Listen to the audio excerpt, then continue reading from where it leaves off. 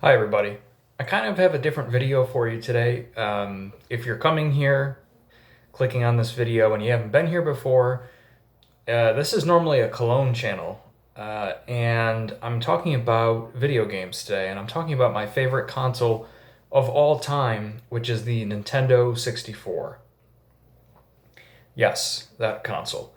I wanted to talk about this today because it's a very special console to me. There are so many good memories associated with it. There are so many great games on the console, and it's something that I enjoy so much. If you are here normally because I talk about Cologne, you might not know that video games are a huge hobby of mine. In fact, I would say, besides music, which is my career, I guess that's a hobby, video games would be my biggest hobby, really.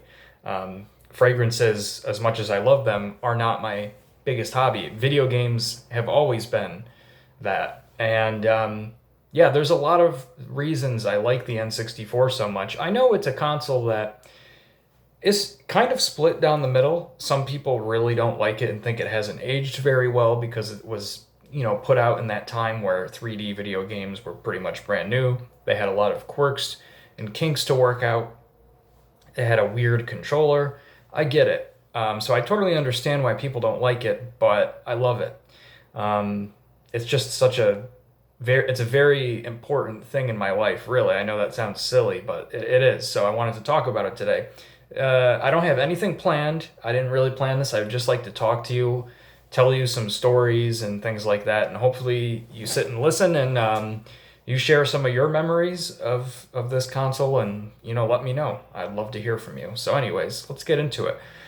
So my first experiences with video games that I can remember was watching my brother play the Genesis back in the early 90s, like Sonic the Hedgehog and NBA Jam. And I was a little bit too young at that point in time to really understand what I was seeing. I mean, I knew it was video games, but I didn't really know what was happening, really. I couldn't play the games, basically. I would just sit there and watch. And then in 1996, which is when the Nintendo 64 came out, my brother got a Nintendo 64 and he borrowed it, I think, from a friend or something, and he played Mario 64. And didn't sit and watch him play it the whole time, but I'd see him playing it, and it kind of blew my mind. I'm sure it had a bigger impact on him, but it definitely blew my mind going from 2D to 3D. And really was a big thing back then. That it's something that I don't want to sound like ageist or whatever, like grumpy old man, like these damn kids don't get it. But it is true. If you're a younger person, you were maybe born in the early 2000s or something, the difference in consoles now is much smaller than it was back then. I mean, the PS5 is certainly more powerful than the PS4. It looks better, it has more features, but the jump in visual quality is nothing compared to what it was like going from the Super Nintendo to the Nintendo 64, really going into a 3D environment, another dimension, really. It was kind of mystifying. It was like unbelievable it actually existed, to be able to run around in a 3D space. And yeah, even 1997 was when I got my first console, about a year later. But even that year later, I remember playing my first game that I owned that was mine, and I still couldn't believe it at the time that what you could do in a 3D space. It was quite mind-blowing, and that's something I really don't think we'll see. Maybe there'll be some crazy virtual reality thing. I mean, I know that already exists, but something just way out of left field, so advanced. I don't think that's going to happen, though, really, with the way technology goes today. So I eventually got my own N64 in 1997 for Christmas. I got, a lot of people probably got this one. Let me know if you got this one. It came with Diddy Kong Racing, and it came with two controllers, which was really cool. It came with the standard gray controller, and it came with the atomic purple controller, which I had that one for years. That purple's my favorite color, and I always liked that controller. The N64 had a lot of cool color variations and of the consoles and of the controllers. So the first game I got was Diddy Kong Racing, and we weren't made of money or anything, so it's not like we Well, I got tons of games for it, and plus games were actually a lot more expensive back then. Now, I think $60 is a lot for most games that come out now because of the content that you're getting. You're not getting your money's worth really. That's another discussion. But if you think $60 is expensive because the N64 went with cartridges that were more expensive to produce, some of the games were pushing like $80. I think 80, 75, $80. I think some were even more than that. It was pretty expensive. So, like I'm sure like a lot of people, you got maybe a couple games a year, maybe one game a year, two. You got one for Christmas, you got one for your birthday, probably that was it. And whatever you got, sometimes it wasn't something you asked for or whatever, and you just played it. That's how it was back then. You just got the game, and whatever it was, you just played the hell out of it because that's what you had, man. That's what you had. And Diddy Kong Racing was what I had at the start. Now, I love that game. I think it's a great game, and I think it holds up pretty well. I mean, it's not obviously as polished as like Mario Kart 8, but I still think it's pretty fun. And I played that game so much. Um, I just, I fell in love with it. And really, I fell in love with Rareware, the company, and their style. I think that's what I first fell in love with on the console. And Rareware is now called Rare, of course, and they're not owned, or they're now they've been bought by Microsoft. Actually, quite a while ago they were. They've done Sea of Thieves, if you know that game, on the Xbox One and PC. But back in the day, they're a British company. They're from England, and they have a lot of dry British humor in their games, which I don't think I quite understood as a child. But that quirkiness of that style of humor still comes across. They have very unique looking character designs. They always employ David Wise or Grant Kirkhope to do the music, so the music always has such a characteristic to it. David Wise was the composer of Diddy Kong Racing. Yeah, there's something about them. I got hooked on them as a company, that style that they were producing. And so my next experience was basically I had my N64, I played it. And by the way, Diddy Kong Racing, it starts out easy. And like some rare games, not all of them, but a lot of rare games have quite a difficulty spike in them, despite their cartoony, childish sort of look. Diddy Kong Racing gets extremely difficult. In fact, I play that game about every year, and it still is quite a bear to complete. So as a kid, I'm sure I was not getting through that completely. But yeah, I went to my friend's house, and he had an N64. He had a bunch of games. Keep in mind, still haven't played probably everyone's number one game, which is Mario 64. I just have seen snippets of it up to this point. And my friend had Donkey Kong 64, which is probably one of my two favorite games on the console. My others is Majora's Mask. And that's a game that is, again, split. A point of contention. I would actually say it's leaning towards the negative. I don't think most people like that game, and I understand why completely. I totally get it. I'm not here to defend that game. It's got a lot of problems, but that was the first game where I already was a fan of Rare and their style, their very unique style of that they put into games. And then I played basically my first platformer collectathon, a little bit different than Mario 64, wherein Donkey Kong 64, you're collecting a lot of stuff. There's a lot to collect. And I fell in love with that style, plain and simple, specifically the collectathon style. And that's a style of game that I still love. It's still my favorite style of game. I love platformers, but the collectathon is the style that I literally can't get enough of it. I mean, I can go back and play these games over and over and over again, and I simply don't get sick of them. I don't get sick of them ever. To me, that is clearly my favorite style if I'm never ever getting sick of it and I want to keep going back and playing these kind of games. Now, Donkey Kong 64, like I said, is kind of, a lot of people don't like it. I understand because they basically took their platformer collectathon recipe, if you will, or whatever, and they turned it up to 11. No, they probably turned it up to like 50. There was way too much to collect. Just so damn much stuff to collect in the game.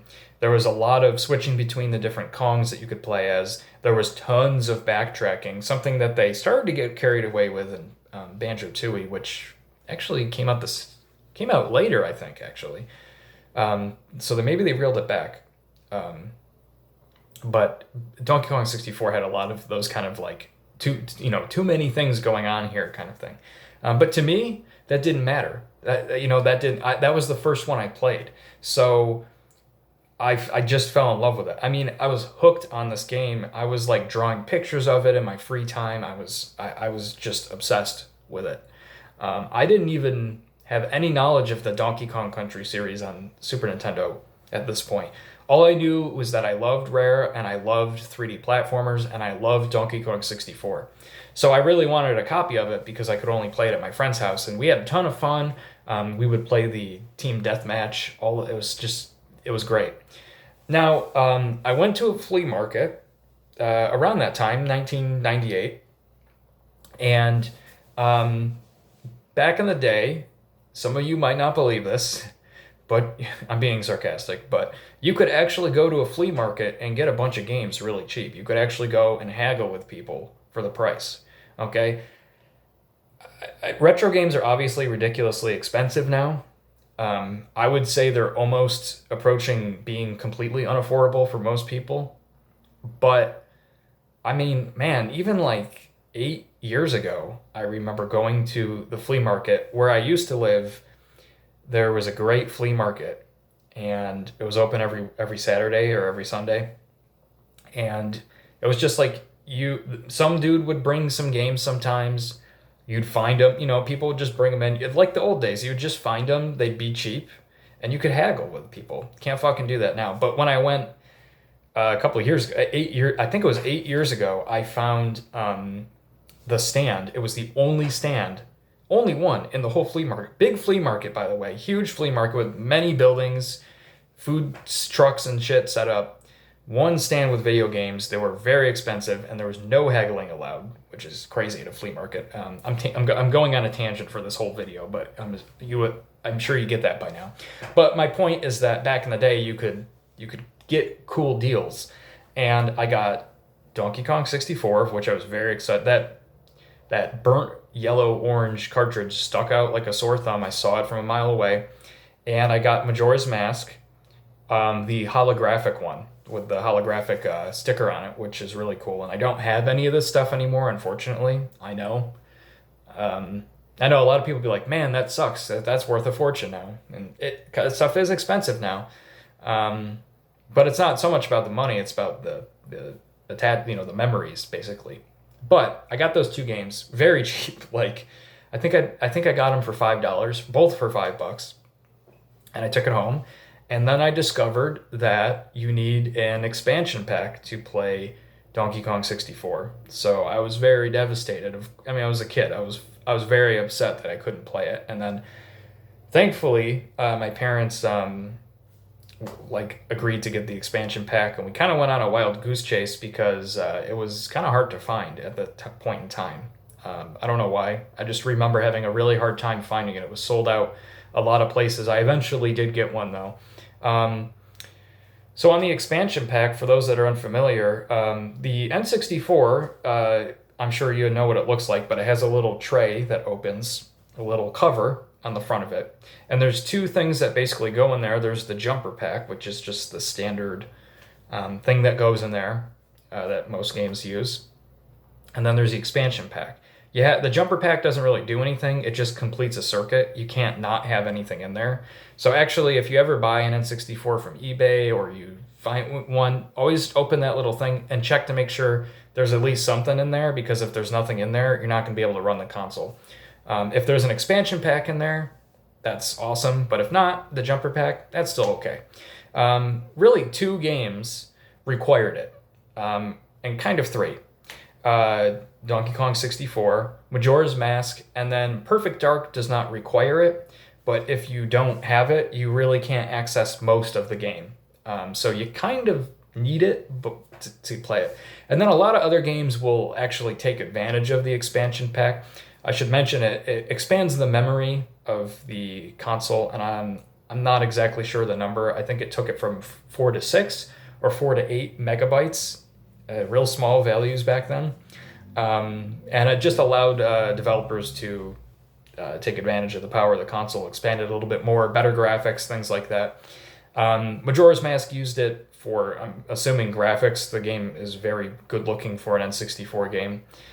Donkey Kong 64, though, it's quite a good looking game for the console, but funny enough, it doesn't, excuse me, it doesn't actually use it for graphics or anything like that. What it uses the expansion pack for is when they were finalizing the game and they were getting ready to ship out, they discovered a game-breaking bug in the game. And they discovered that if they put the expansion pack into the console, the bug disappeared. They weren't sure exactly what caused it. They weren't sure what was going on. They just knew that if they put the expansion pack in, it would solve the issue. I'm pretty sure that's what the deal is there. So they kind of had to do it. And so Donkey Kong 64 needs an expansion pack, and it was bundled with an expansion pack when you bought it back in the day. I don't remember how expensive it is, or if the game was more expensive because of the expansion pack. I want to say that it wasn't any more expensive, it just came with it. So that was basically Nintendo's dime. I'm sure they were not happy about that, but yeah, so that's that, the expansion pack. So I finally got that, and then my same friend that introduced me to Donkey Kong 64 introduced me to Banjo-Kazooie, which of course another rare game I fell in love with. Really got into it. All that stuff I played through them, and Banjo-Tooie as well. Never Conker's Bad Fur Day, but we'll get to that one a little later. That's a funny story. I have a couple funny stories I'll tell you. So then I played yet another rare game, one that is quite possibly one of the most famous on the console, which is GoldenEye. One of the first-person shooter games, had an outstandingly fun multiplayer mode. My cousin, who lived like a half an hour away from me, which as a kid that's like going to another state, it feels like. Once in a blue moon, I would go, spend the weekend at his house, and we would play GoldenEye on the N64, and we had sometimes some other people came over, and yeah, so I got to experience the whole GoldenEye phenomenon back in the day as well, and that was, I mean, I can't even tell you how many hours were spent on GoldenEye, just so many, with cheat codes, and I never really played the story mode. I did eventually, but it was almost always multiplayer. I didn't even know it at first that there was a story mode. It was just so much fun. And then I also was experienced to, shown Mario Party 1 and 2. And I fell in love with that too. I love Mario Party. And that's another thing where, like the 3D platformers, like I said, there are good platformers now for sure. But I'm talking specifically about collectathons. There's really not many, because that's a genre of game that has kind of died out, really, that specific type. You could say like Ukulele, which came out a couple of years ago, but that's trying specifically to be a throwback to Banjo-Kazooie, and I don't think it was done super well. But yeah, I keep going back to Mario Party on the N64. There are a ton of Mario Party games, but I don't really think any of them are good. They always were changing things, and I didn't like it. There's a couple GameCube ones that are good. And I guess the new Super Mario Party is kind of a return to form, but they Nintendo'd it, and they artificially crippled it for some reason, as they tend to do now with most of their stuff for some reason. But I always go back to the originals. It's another case of that. And again, that's why I feel like I really just love this console. It's a nostalgia thing. Nostalgia, for sure, can like blind you to certain things, but it can also be a good thing. It can bring back those good memories, man. And I don't always think it's a nostalgia thing.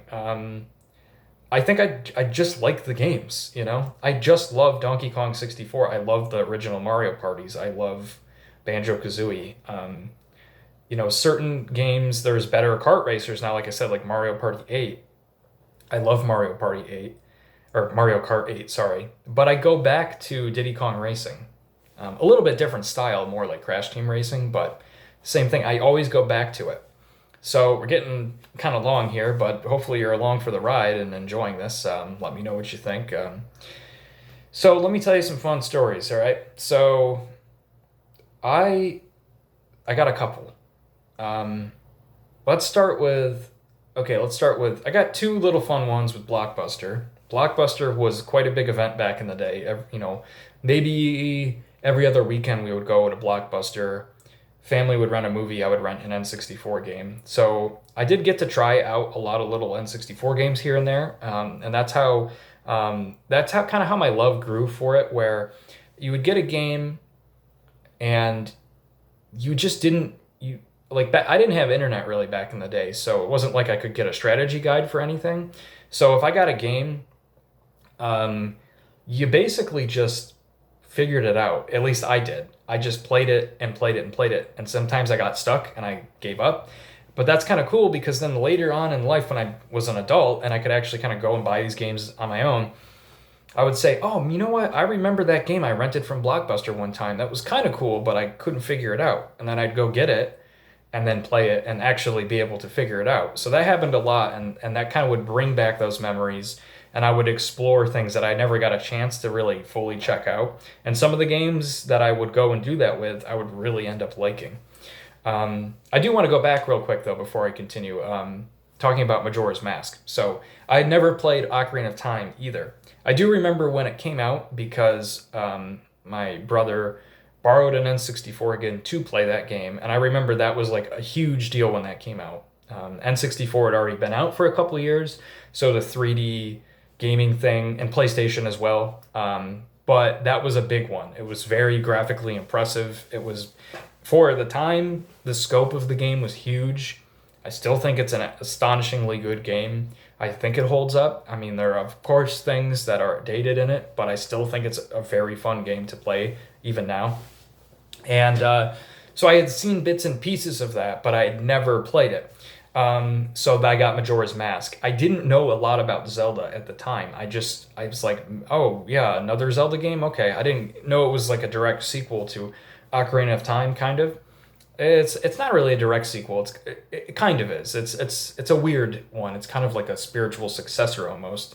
But regardless, I brought that home, that holographic cover, and my brother was just like, "Holy shit!" Like he was astonished I managed to get that for like I don't know $2.50. So that was another one we sat there and we played the hell out of that game, and that was really like the only game we played. Again, going back, didn't have a ton of games at this point, and I'd already played a lot of those to death. So when you got a game, you just played it and played it and played it. And it's the same thing where we didn't really have a guide to go through, so we got stuck a lot. We just played it so much. And again, later in life, when I was older, I would come back to that game and actually get to play through and beat it. And then my enjoyment of the game was that much more. Um, it was just that much better because I could.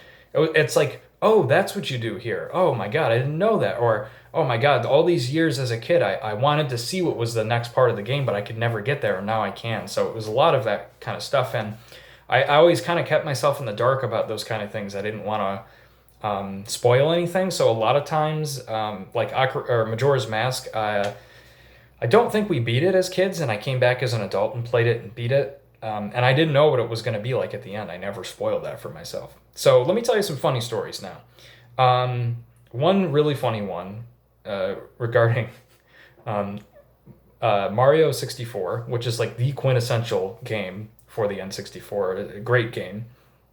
I actually never played that game until I was older on the Wii, the Virtual Console.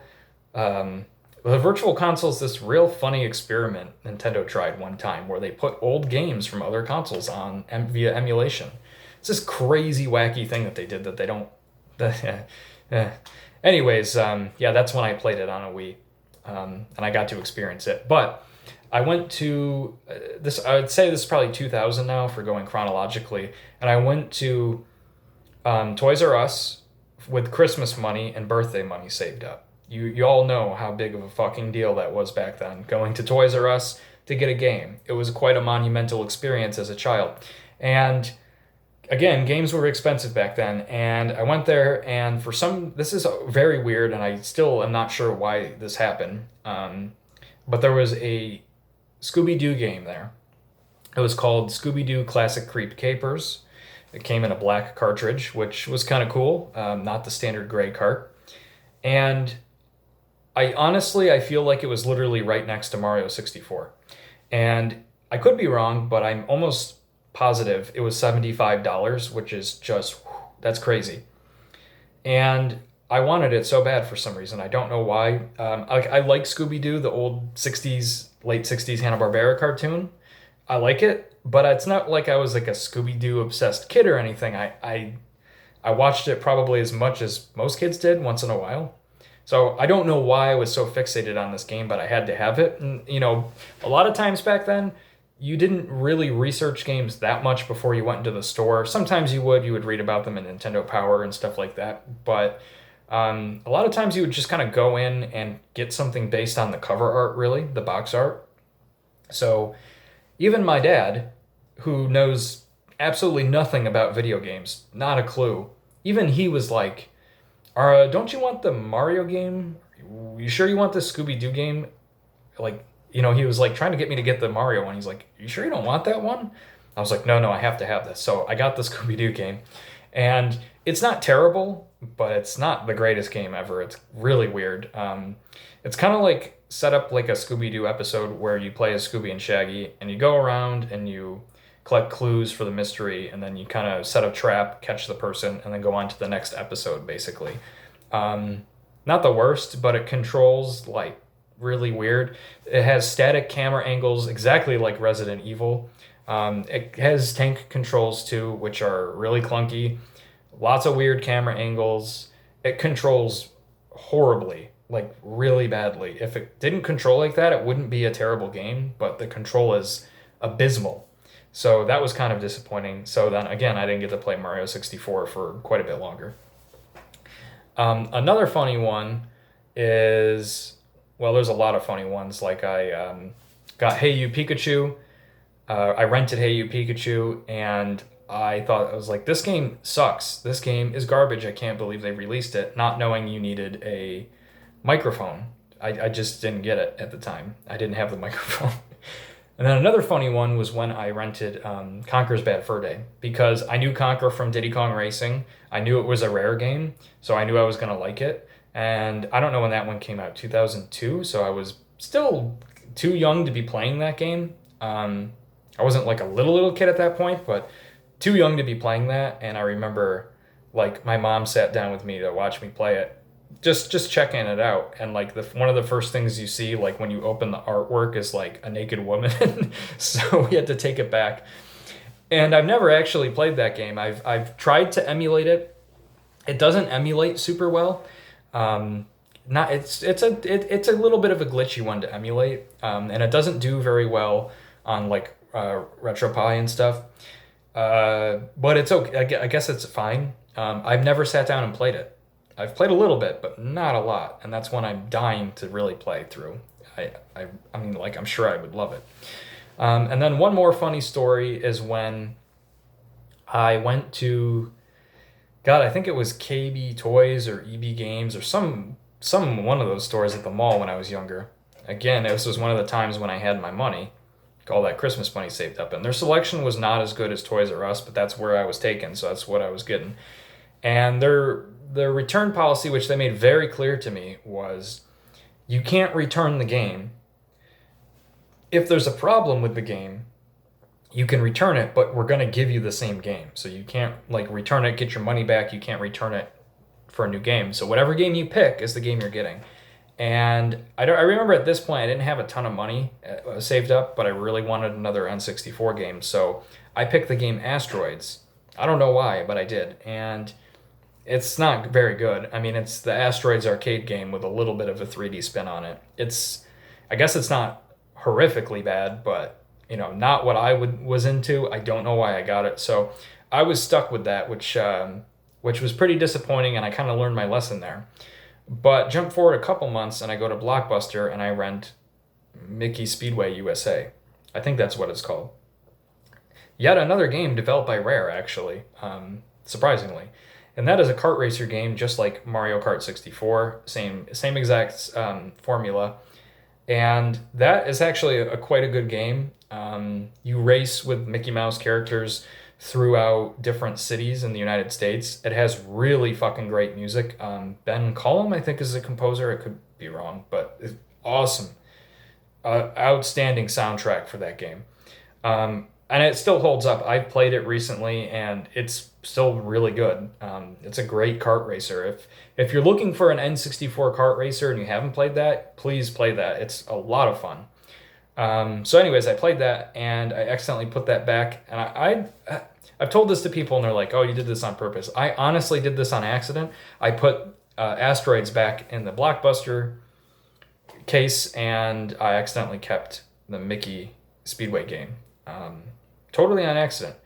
And they never said anything. So for years and years and years, I had a copy of Mickey Speedway USA with a Blockbuster sticker on it. Yeah, so those are like most of my stories. Quite a long video, but I wanted to get my thoughts out there. I have, as you can see, I have so many fun memories and fond memories of this console, and it's just always feels at home with me. Of course, I like modern consoles too. I have a Switch, I've had an Xbox, a PlayStation, I've had them all, 3DS, you name it. And I like a lot of them, but I always go back to the N64. And even now, in 2021, I still feel compelled to play the N64. It's not like I'm just going back for nostalgia, even though that's nice. I'm going back because I love the games. If I could have one console the rest of my life, give me the entire N64 library, and I feel like I'd probably be okay and I'd be satisfied. I really don't feel like I'd be craving anything newer. Yeah, I had a lot of games over the years up until like the mid 2000s. I had amassed a pretty decent collection and I let someone borrow everything and they just took off and never gave it back to me. So I lost everything. I lost that holographic cart, all that kind of stuff. So I lost it all. Yeah. There's more I could talk about. I had some of the funny controllers, the Super Pad 64. That was like what they call that, the guest controller, because you gave it to a younger sibling or a guest because they were always really fucking uncomfortable with bad sticks. Yeah, that's another thing about the N64. Let me talk about the controller, which is some surprised I haven't talked about it yet. It's a very weird controller. You know, it's the three-pronged controller, the trident controller, as we call it. And of course, it's got the A and the B button, the C buttons, which were kind of cool back in the day. That didn't have two thumbsticks, but it had one thumbstick, and the C buttons were generally used for a camera control. Although in a game like Ocarina of Time, they wanted to utilize those buttons for items, so that they came up with the Z targeting, where you would hold the Z and it would lock on. And now that's like very common thing to have in games. L targeting now is probably what it would be assigned to, but I always loved the N64 controller. I never had a problem with it. Some people intensely dislike it. And again, like many things with this console, I totally can understand why. It is weird. And it might not be comfortable for some people, but for me, it always felt fine. I always was a little confused as to why there was the other left grip on it with the D-pad, because in my experience, I'm like, well, they don't even use it. Now, of course, there are some games that do use the D-pad, but not a lot. But yeah, it is used for some games. So I just actually, many times I have tried to get an N64 again, because again, I love video games and it's my favorite console. It would feel really good to actually have it and play it. Of course, I'm going to want it. Now, obviously, there's emulation, and I'm not against emulation, and I emulate all the time. I emulate almost every older console, and I think most of them run pretty damn well, almost identical. So I don't really have an issue like Super Nintendo, Genesis, PlayStation 1, even PlayStation 2. I've played PlayStation 2 emulated, and I'm not sure how good that one is, but the games I've played have been pretty stellar. For some reason, though, N64 doesn't emulate super well. I'm not sure. I think it was a difficult console to develop for, and it was a little more complicated than it needed to be. So it's quite difficult to emulate, and I think still it's not quite all there. Now, to some people, they might be okay with it. A lot of games do have issues with slowdown and graphical glitches and things like that. And I think for a lot of people, it would be okay. But for someone like me who's played so much of it, it's really hard for me to get past those issues. Like even in Ocarina of Time emulated, I have glitches that frustrate me to where I can't do it. Even something like Donkey Kong 64, probably one of my favorite games, I have issues with that game. I fall through the map. There are a lot of little things that are really frustrating. So that's why that would be the one console to get. Um, like I said earlier, retro console prices are absolutely absurd now. So you have to have some deep fucking pockets to be able to collect retro games now. N64 included, which shot up in price, actually is kind of on the downswing. I'm not sure why exactly, but I think that's kind of on a downswing a little bit. But yeah, I recently got an N64. There's been a couple times throughout the years I've really wanted to get one and tried to get one. For the same reason, just I need to have one of these, man. It's my favorite console. And